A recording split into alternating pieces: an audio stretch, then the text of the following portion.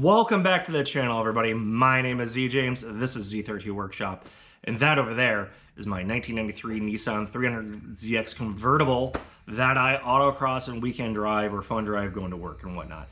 The thing I'm sitting on is my wife's 1992 Dodge Stealth RT that I'm currently in the process of fixing a bunch of previous owner issues. That's not what this video is. This video is another quick unboxing video. In this video, I am actually doing the, doing the Brett Dempsey, or Brett Dempsey Engineering, or BDE 8501s, which are the NA coolant hoses and stuff on the back of the engine. The reason I'm doing this, this is actually a very expensive product. Well, relatively speaking. Quality nonetheless. This is for doing the, this is a block. Right now, I throw a picture on the screen if I can find it here, James, put it here. Basically, this takes in replace of the back of the block where it comes out where you have all the fittings for doing the coolant going up to the throttle bodies and coolant going to the turbos. And you can replace them with NA hoses or just replace this. The back of mine stuff's damaged, and I want to block ports off because I am not driving my car in wintertime, so I do not need the throttle bodies to be heated to warm up to make sure the blades don't ice up. The car will never see winter unless it's very dire circumstances that car would ever see wintertime. Most of the stuff will be normal. So let's get into this unboxing here. So this is the box that came in. I already opened it up. Just because I wanted to take a look at it. These here are the plugs. The NAs are AN. Geez, let me get this right here for you guys. NA, so you get the plugs. This should be NA fittings. This should be just normal, so if you want to go back to silicone. Quality packaging. Here's a replacement pipe for the upper side. Comes with gaskets, because these are all going to be gasketed. You don't see it here, but they are going to be gasketed. Bolts and hardware to put everything together. Let's see what else we got in here. The other pipe. So it should be something like this, I do believe, or that way. Oh, it's this way. So these guys are the Heatant VG30DE TT coolant passages for heater. Wow, this is really well done. As you can see, these machine blocks that they make, which are fantastic. This guy, I think, does this, if I'm doing this right. So this guy goes on to one of the blocks down here, and you can see where it's machined all the way through for the coolant passages, O-rings, and machined through so you can get your coolant piping. So that one goes there. And then the other one is here. This stuff does not weigh very much. As you can see, this one's slightly different for form fitting. It's not necessarily symmetry on this. This guy should be this one right here. Once again, this is going to be for feed and return for throttle bodies and turbos. This allows you to run AN fittings, cap off ports that you don't need. The reason I'm doing some of this is my pipes are damaged, and it's going to be a hassle. I might as well go to something new that's fancy that fixes all this. A lot of this stuff. So there is a pipe that runs through the middle of the block that I think this one connects to, comes off to. Once again, machined for O-rings, everything got. Kit is very well done. Even has instructions if you need to have that on there for Brett Dempsey for doing this stuff. This is for the, once again, heater pipes for an AN turbo cooling system ports, which, once again, quality product. Ordered this from Z1. Got here within a week or two. Was not great, but I'm, once again, fairly sure this stuff got drop shipped from Brett Dempsey Engineering on this, just like the last order I got from them.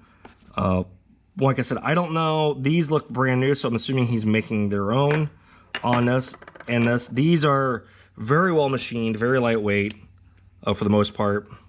You can see right here, coolant passages. That isn't 100% great, but you're really just looking for coolant to flow. Whoa, sorry about that. Let me do that again. It's over here. flow through here. So you can see how it goes through and everything else like that. This is the same way, you know, they just would bore through this, drill through, and then tap on either side.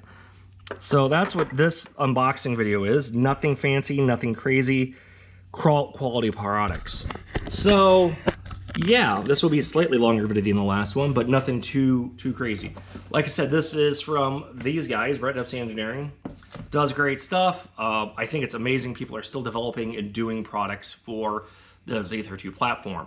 To be honest, in a fair comparison between this car and that car over there, everyone gives grief to the 300ZX for being expensive and doing stuff. I do not see any similarities. In fact, I see much more stuff being difficult on the Stealth, which is just a 3000 GT platform. Chassis code is Z11A, so like Zilla, if I remember right, compared to a Z32 platform. So yeah, once again, unboxing should be about it. The things I have left, I mentioned in the last video and I didn't say it this time, things I have left to order for the twin turbo swap that I can think of that I've got in an Excel sheet that I will not show anyone at this moment for parts I'm upgrading to and going to. The only thing I have left to really purchase or buy or make realistically is VCT solenoid caps in the back to epoxy them shut. Just to cap them off because they goop up over age and redo them. I'd like to buy those. Somebody used to make them. I'm fairly sure I should be able to 3D print them or have somebody 3D print me something and just epoxy them on. That is literally the last thing I have in my parts list in there. The other thing I need to have and I want to have because it's convenient because I autocross in the middle of summer in Iowa, anyone has ever been here, is it gets really humid. So after a long day of autocrossing, I do like to hop in a car. Even though it's a nice day, put the top up, turn the AC on. I know that's not ideal for being true road race type of stuff or for hardcore. I like AC. I do not want to die in the heat. It's nice to have, put the top up, get out of the sun, throw the AC on and go with it. That being a 93 car, convertible specifically, it is not an R12A or, yeah. 12A, not 12A, geez, boy, I'm thinking about this wrong. I'll throw it up here, James. Basically, it's not a 13A coolant system. It is a R12 system. Because all 93 factory 93 Nissan convertibles are actually 92s. They converted into, because they took everything with chassis and converted it into a convertible. Just so everyone's aware if you haven't looked it up before. So I need, differences there is I've got to have a evaporator core and some piping and some other stuff to actually put the twin turbo system in with the AC, which for the life of me, I have no idea why Nissan did not just make that all the same. They must have been cash flush because there are so many unique parts between the NA and the twin turbos. I mean, I get the rear subframe, that's fine. I get the high cast, that's fine. But everything up front makes no sense. Why not make one that's the twin turbo so you can just switch it on over? Between the radiator, all the stuff. It makes no sense to me. Why would you want to develop and have two different things, parts things? It, for ease of construction or building of the vehicle, would have been better. That's my take on it. And if I was a production manager, I would have been screaming bloody murder. Why would you do one over the other? Because if you would go that way to begin with, it would have been fine. Other than the fact, I'm guessing they designed it without twin turbos and decided to do twin turbos, which I'm 100% sure they did, because even though, in fact, NA form, that's 222 horsepower factory, which was as good as the turbo Z31 engines back in the day, was not good enough for the 90s and needed 300 horse. That's just how it was in JDM market and in the world of time, horsepower wars. Even though the NA is fantastic, I think it's plenty enough to drive around it and have a good time. I do want more fun because I want a twin turbo car. Boy, I'm rambling now on an unboxing video. Sorry about that, guys.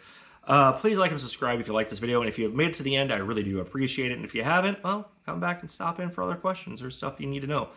Next video should be on the Stealth, just so you're all aware. I'm trying to get a giant exhaust leak that is terribly in these things, or at least on this one. So take care, everyone. See you in the next video. Bye.